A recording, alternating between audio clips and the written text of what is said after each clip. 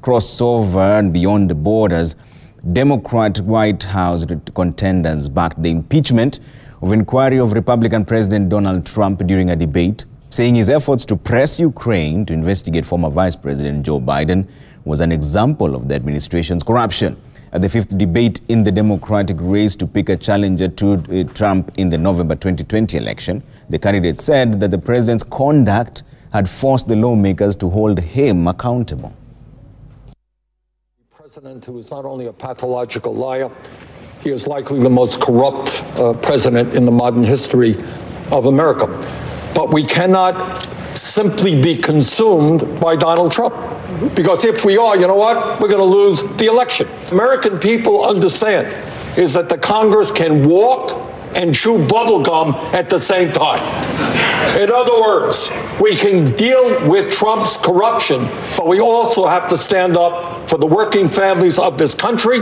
We have to establish the principle, no one is above the law. We have a constitutional responsibility, and we need to meet it.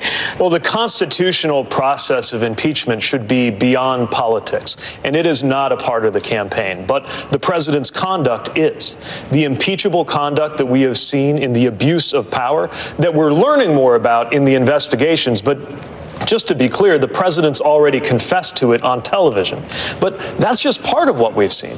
Under normal circumstances, a president would leave office after something that was revealed recently that barely got any attention at all, which was the president had to confess in writing, in court, to illegally diverting charitable contributions that were supposed to go to veterans. We are absolutely going to confront this president for his wrongdoing, but we are also each running to be the president who will lead this country after the Trump presidency comes to an end, one way or the other. We have a criminal living in the White House. And there is no question that in 2020, the biggest issue before us until we get to that tender moment is justice is on the ballot.